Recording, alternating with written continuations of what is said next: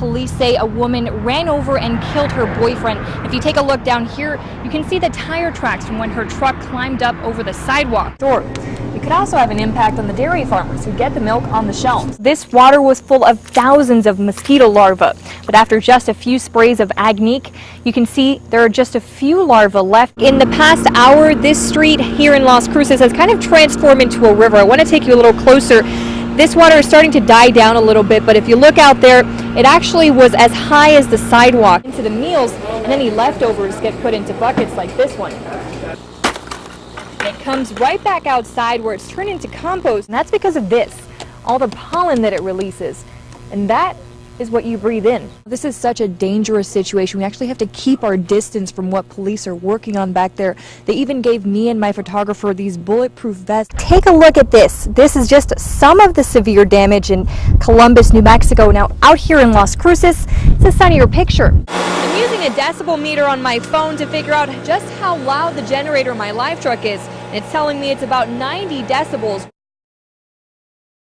When I first heard about this, I truly felt a pit in my stomach. The director of La Piñon, a local sexual abuse victim services center, sees hundreds of cases of domestic abuse every year. When a case ends in murder, it just makes me feel ill that this could happen.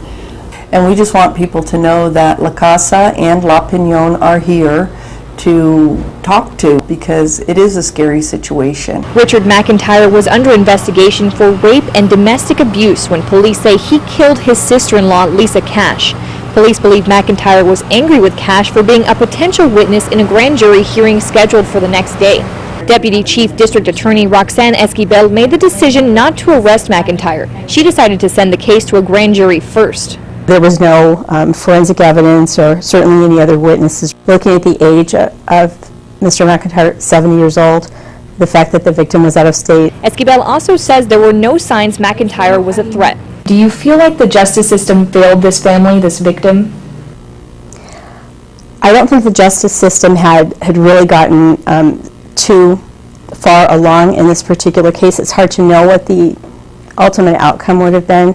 And I don't think that it's a fair comment on the justice system. I think that the only person that's responsible for what happened to Lisa Cash is Richard McIntyre. Just last week, these apartments were rocked by tragedy when police found little Nancy Lynn inside with serious injuries. But when I walked into her grandparents' home today, the first thing she did was smile. And for a little girl who's gone through so much, it's amazing to see.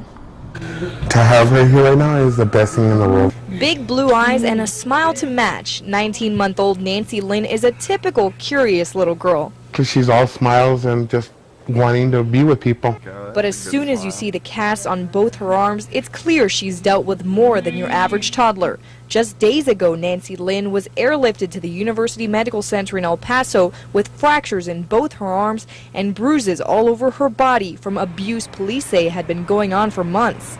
Who would leave her to bleed and injured and wrapping her up like that and just leaving her there? I can't picture my daughter doing that. Nancy Lynn's grandfather, Jerry Hernandez, tells me after hearing what his daughter allowed to happen, he doesn't even know who she is anymore. I can't forgive her for this, not for this. Especially for her to stay outside smoking a cigarette and leaving her like that. No, I can't. And it's hard because it's like I'm losing one, but I've gained another. And he tells me if the reports are true, both his daughter and her boyfriend hold the blame. I hold them both accountable for that. They're both in that apartment. They're both taking care of her. So, yeah, she's as culpable as him. Hernandez says at this point he's grateful Nancy Lynn is alive and safe in the temporary custody of he and his wife. She's been doing good. She's sleeping, eating. She's interacting. From what I saw when I first walked into the hospital, and to now, it's like 100% change in her. Somewhere out here, buried under old tires, mangled fences, and trash, is a buried treasure, kind of.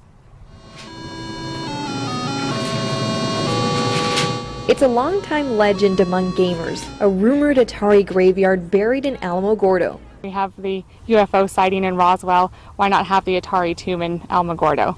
Some say it's the final resting place of hundreds of E.T. video games dumped by Atari trucks. Atari denies it ever happened. Something happened here. Let's just put it that way. Trucks did come in here. Things were unloaded out of those trucks into this landfill. The question is, was it the games, or as Atari claims, defective component? So why dig it up 30 years later? Fuel Industries won't tell us just yet. Maybe this was the greatest game of all time. Okay, well, maybe it's value. Maybe not. Whatever the reason, even the mayor is curious. We do want to find out, fact or fiction, is there truly something in our landfill that was buried by Atari that is still being denied by Atari? Fuel Industries' agreement with the city gives crews access to the landfill for the next 6 months. The company is paying $26,000 just to get in. Only time will tell if it's all worth it. I guess that's what we're about to find out when this stuff finally gets dug up. Was it the games, the game consoles, as the legend has, or was it trash from the warehouses? Officials don't even know if the film company will actually show up, but if they do, more than 100 acres of buried garbage are waiting to be searched, and millions of people are curious to know the truth. In Alamogordo from our New Mexico Mobile Newsroom, Vanessa de la Viña, ABC 7. Maria, this is where police say a woman ran over and killed her boyfriend. If you take a look down here, you can see the tire tracks from when her truck climbed up over the sidewalk.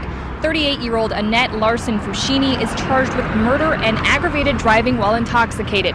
Police say just after midnight, Fushini was driving with her boyfriend, Carlos Nevares. Police say the couple was arguing, and at some point, Nevares got out of the pickup truck. And that's when witnesses say Fushini ran over Nevares. Witnesses told police Fushini roughly turned Nevares' body over to give him CPR, and that's how officers found the couple when they arrived. She was there attending to him, or trying to, but he noticed an odor of alcohol emitting from her.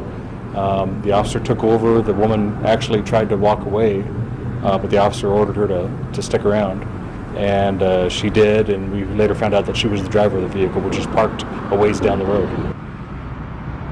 And just a few minutes ago, a few of Nevares' friends stopped by to leave these flowers here. Now, hear what they had to say about this coming up on ABC 7 at 5. Live in Las Cruces from our New Mexico Mobile Newsroom, Vanessa de la Viña, ABC 7.